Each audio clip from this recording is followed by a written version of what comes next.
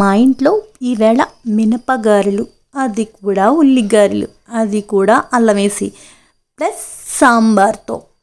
ఈ చేసే ప్రాసెస్ ఉందే కొంచెం కష్టమైనా సరే చూపించడం చాలా ఈజీ కదండి. అందుకని నేను ఈ విధంగా చూపించేస్తున్నాను.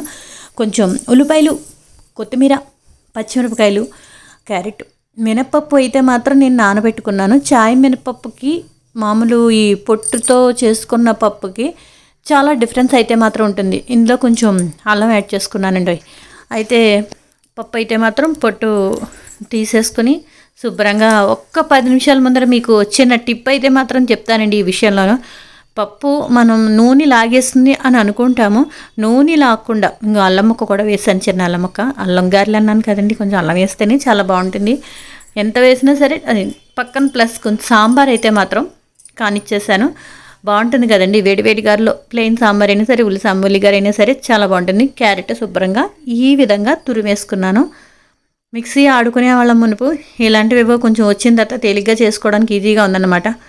మిక్సీ ఇవన్నీ మొత్తం అరేంజ్ చేసేసుకున్నాను. కొంచెం పచ్చిమిరపకాయలు సన్నగా, అల్లం ముక్క చిన్న చిన్న ముక్కలు, క్యారెట్ తురుము, నెక్స్ట్ అల్లం ముక్క చిన్న చిన్న ముక్కలు, ఉల్లిపాయలు కూడా కొంచెం నోటికి తగిలే విధంగా అయితే మాత్రం నేను ఉల్లిపాయ తరుక్కున్నానండి. బాగా చిన్నవి తరిగేసుకుంటే బాగోదు, అందుకని కొంచెం పప్పు అయితే మెత్తగా రుబ్బేసుకున్నాను. నీకు విషయం చెప్తానన్నాను ఏంటంటే, పప్పు ఎప్పుడైనా సరే నూనె లాగేస్తుంది అని అనుకుంటారు అందరూ. నూనె లాగేస్తుంది అని అనుకుంటే కొంచెం చింతపండు అయితే మాత్రం వేస్తారు, అప్పుడు నూనె లాగదు. ఇంకో విషయం ఏంటి అంటే, మనం గారెలు 10 నిమిషాల ముందర గ్రైండర్లో వేసే ముందర పప్పు అయితే మాత్రం వాటర్ అంతా మొత్తం కడిగేసుకొని పక్కన పెట్టేసుకొని ఒక్క 10 నిమిషాలు కొంచెం డ్రైగా వదిలేయాలి. అప్పుడు మనం గ్రైండర్లో గ్రైండర్లో ఆడుకునేటప్పుడైనా సరే ఉప్పు మనం ఉప్పు వేసుకునేసరికి కరెక్ట్గా సరిపోతుందన్నమాట. ఎందుకంటే ఉప్పు ఆటోమేటిక్గా వాటర్ కంటెంట్ ఉంటుంది కాబట్టి ఉప్పు వేసుకునేటప్పటికి ఈ ఉప్పుకి గారెలు గట్టిగా రుబ్బేటప్పటికి కరెక్ట్గా సరిపోతుంది, గట్టిగా వస్తుందన్నమాట. ఈ విధంగా అయితే మాత్రం కొంచెం ఇవన్నీ కలిపేసుకున్నాను. నేను ప్రాసెస్ అయితే మాత్రం వేసేసుకున్నాను. ఎప్పుడైనా సరే మనం ఏ నూనె వస్తువైనా సరే మనం దేవుడికి నైవేద్యం పెట్టినా పెట్టకపోయినా, ఎప్పుడు సాయంత్రం అప్పుడైనా బజ్జీలు అలాంటివి వేసుకున్నా సరే, ఎప్పుడైనా సరే పెద్దల్ని తలుచుకోవాలి. దేవుణ్ణి తలుచుకుని మాత్రం నూనె బోరుముక్కుల్లో వేసేటప్పుడు మాత్రం పెట్టుకోండి.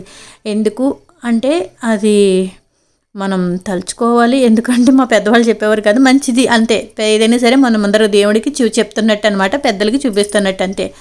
అయితే ఆ విధంగా పెద్దలు అలా పేరెంట్ అలా అంటూ ఉంటారు. ఈ విధంగా అయితే మాత్రం నేను గారెలు వేసేసుకున్నానండి. ఈవేళ కొంచెం ఎందుకు వేశాను అంటే, మా అమ్మాయి మల్లుడు వచ్చారు.